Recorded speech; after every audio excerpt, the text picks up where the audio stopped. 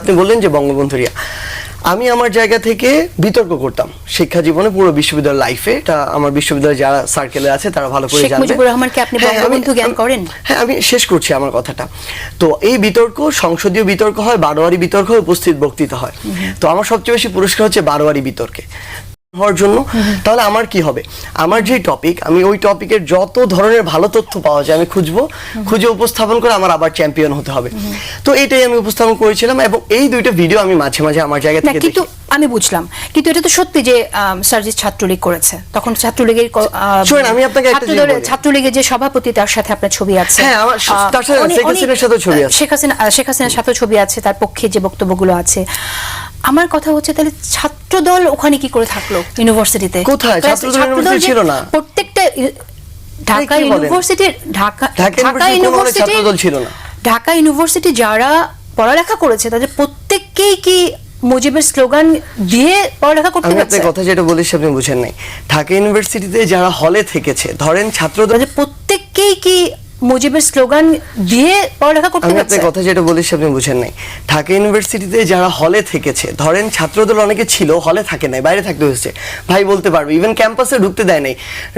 আমি যদি বলি মধুর ক্যান্টিন কিংবা এদিকে যখন এসেছে তারা লাঠি দিয়ে তাড়া করেছে।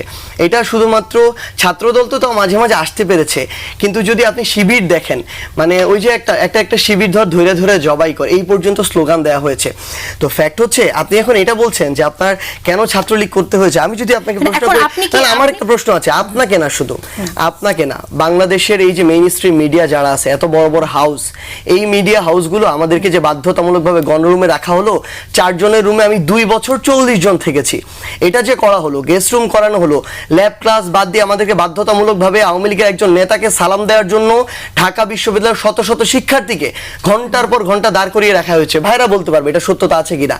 এটা যখন করা হলো, এই মিডিয়া হাউসগুলো কথাই ছিল, এই বুদ্ধিজীবী সমাজ, সুশীল সমাজ, আপনাদের মতো যারা উপস্থাপক কিংবা বাংলাদেশে এই জানা আমার শেষ করতে দিতে হবে, কারণ আমার জীবনের শত শত ঘন্টা এই ছাত্রলীগের নোংরা কালচারগুলো নষ্ট করেছে। তখন ঢাকা বিশ্ববিদ্যালয়ের একজন শিক্ষকও কথা বলে নাই, কোনো একটা মিডিয়া হাউসের একজন সংবাদকর্মী গণরুমে যায় না। আপনি কি করেছেন সেটা আমি প্রশ্ন করছি। আপনি যখন মিডিয়ার কথা বলছেন, আমি তো জানি মিডিয়া কি করেছে, সেটা আমরা নিজেই দেখেছি। ব্যক্তিগতভাবে আমি যদি আমাকে প্রশ্ন করেন, সেটা আপনি উত্তরটা জানেন যে আমি যে প্রতিবাদটা করেছিলাম এবং সে কারণে আমি থাকতে পারিনি, কিন্তু সেই প্রতিবাদটা তো আপনি করেন নাই। আমি প্রতিবাদ করি না। আপনার মানে আপনার কি মাথা ঠিক আছে এই মুহূর্তে? আমাকে শুনেন, আপনি ছাত্রলীগের এতটা দীর্ঘ জুলাইয়ের 4 তারিখে, আমার কথা শুনেন, জুলাইয়ের 4 তারিখে ঢাকা বিশ্ববিদ্যালয় থেকে আন্দোলনের নেতৃত্বে প্রথম সারিতে যারা ছিল, তাদের মধ্যে যাকে প্রথম ছাত্রলীগ হল থেকে বের করে দিতে নিছে তার নাম হচ্ছে সার্জিস। আমি শেষ করব। এই জুলাই অভ্যুত্থানের নেতৃত্বে সর্বপ্রথম 5 জুন যারা একসাথে মিলে 6 জুন শহীদ মিনারে 3টায় প্রোগ্রাম অর্গানাইজ করে, তাদের মধ্যে একজনের নাম সার্জিস। এই অভ্যুত্থানের সামনে সারিতে থেকে যে কয়েকজন নেতৃত্ব দিয়েছে তার একজনের নাম সার্জিস। আপনি কিভাবে বলেন যে আমি প্রতিবাদ করি এই কথা?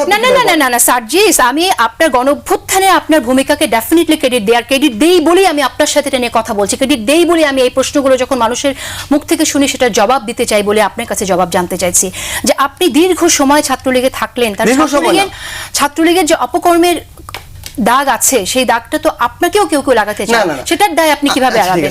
এবং আপনার আরেকটি প্রশ্ন শেষ করে নিই সার্জিস, আমি সেটা হচ্ছে আপনার দলের যারা নেতাকর্মী আছে, সেই নেতাকর্মীকে আপনি কি শিক্ষা দিবেন যে তারা এভাবে কোনো ফ্যাসিজম দেখলে এভাবে ছদ্মবেশে থেকে যাবে? শেষ করে নিই সার্জিস, আমি সেটা হচ্ছে আপনার দলের যারা নেতাকর্মী আছে, সেই নেতাকর্মীকে আপনি কি শিক্ষা দিবেন যে তারা এভাবে কোনো ফ্যাসিজম দেখলে এভাবে ছদ্মবেশে থেকে যাবে? ফ্যাসিজম দেখলে ছদ্মবেশে থেকে যাবে কিভাবে? যেভাবে আপনি ছিলেন। না, কোনদিনও না। আপনি এই কথা বলতেই পারেন না। সবচেয়ে বড় কথা হচ্ছে, আমি ঢাকা বিশ্ববিদ্যালয়ে পঞ্চগড় থেকে ফার্স্ট ইয়ার একজন ছেলে 2017 সালে পড়তে এসেছি। আমার ওই সামর্থ্য আছে ছাত্রলীগ, শেখ হাসিনা কিংবা এই পুরো রেজিমটার বিরুদ্ধে দাঁড়ানো। আমি 2017 সালে এখানে এসেছি। 9 থেকে 17 সালে এটা কিভাবে আসলো? তখন বাংলাদেশের রাজনৈতিক দলগুলো কি করেছে? আরো যারা এত বড়